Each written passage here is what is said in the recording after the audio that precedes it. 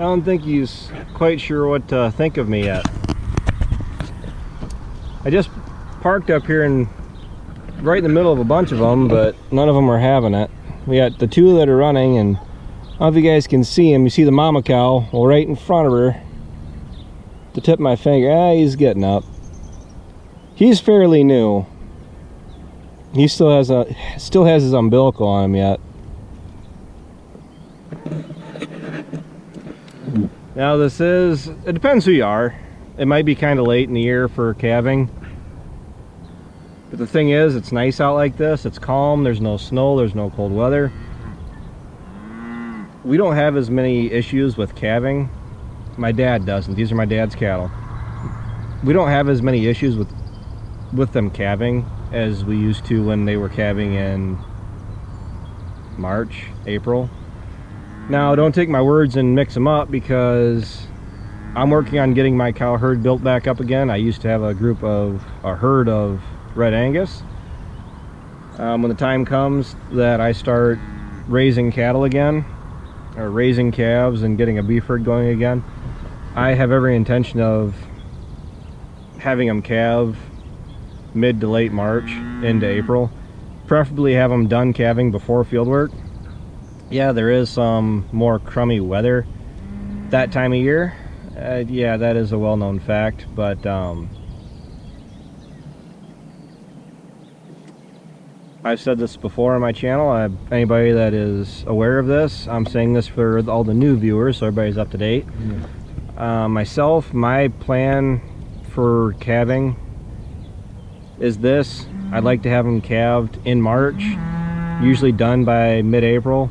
Keep them on the cow, put them out on grass with the cow all summer, let them eat grass right along with their mom, and then September, mid-September, preferably before October 1st, before we get into harvesting,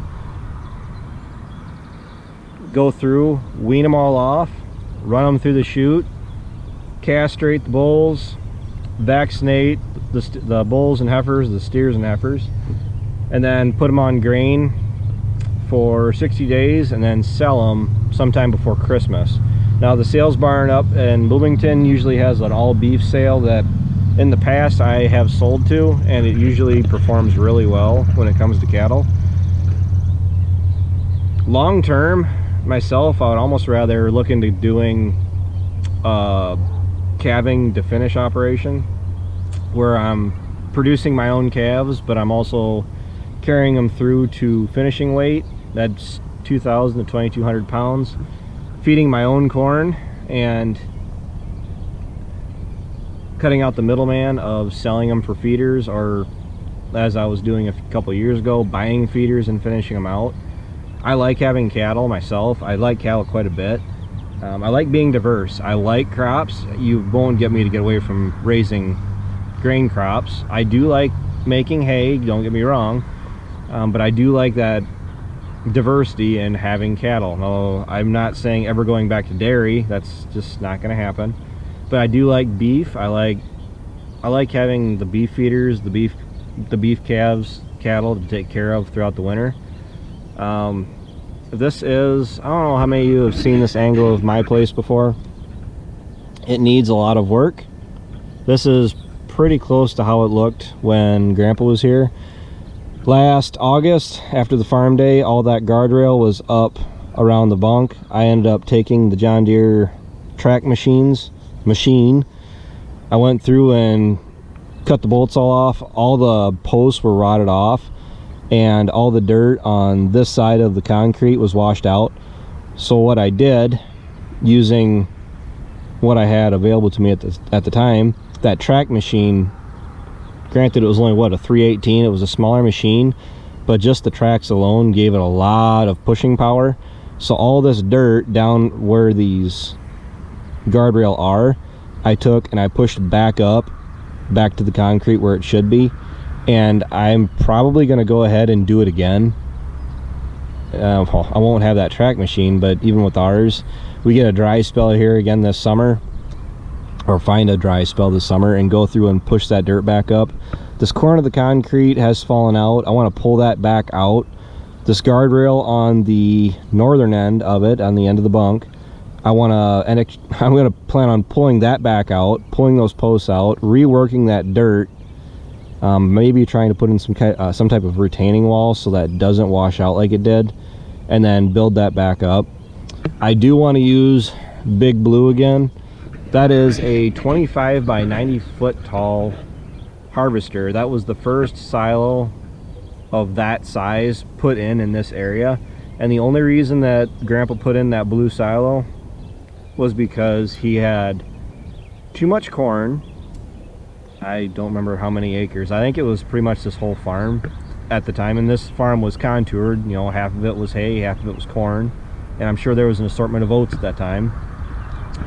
But instead of, and I don't know what corn prices were at this time, but Grandpa could justify going and buying and putting in a brand new harvester.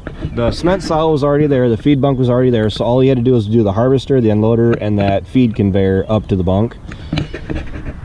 And what he did is he put that in, and they had it done, and I think that they were still doing something to it. I think they started filling it with corn silage.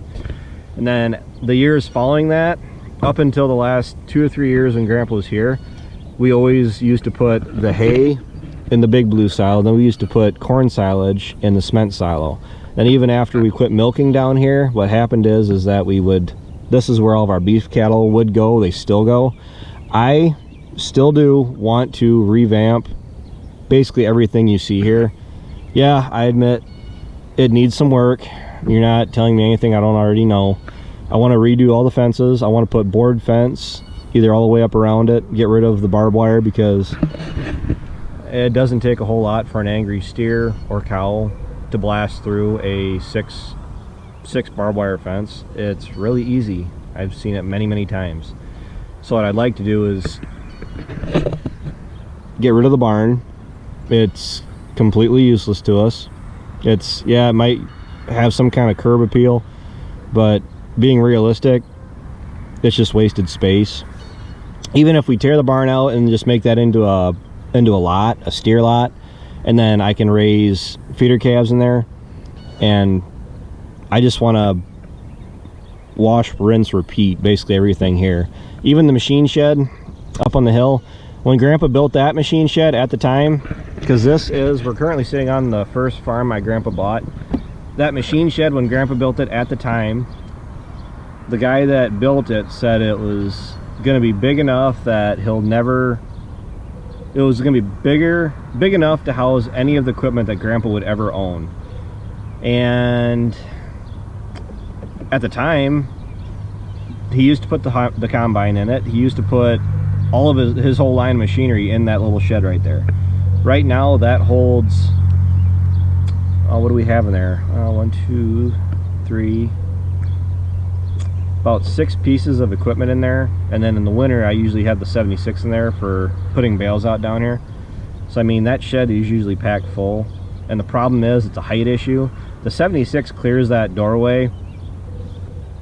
I think an inch of clearance from the top rotary beacon on my 76 would be generous.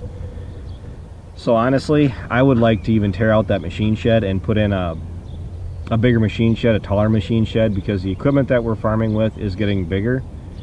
It's just a fact of life. So I don't know, my place is definitely the beef farm.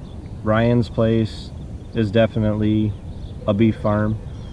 There's a lot of pasture down here. I'd like to eventually go through and have a dozer clean up a lot of the pastures, get these trees back under control, get some grass growing, and go that route. But it all takes money. It's a process. I say it's a marathon, it's not a sprint. So we're getting there. I don't know, actually, I'm noticing that everybody left me.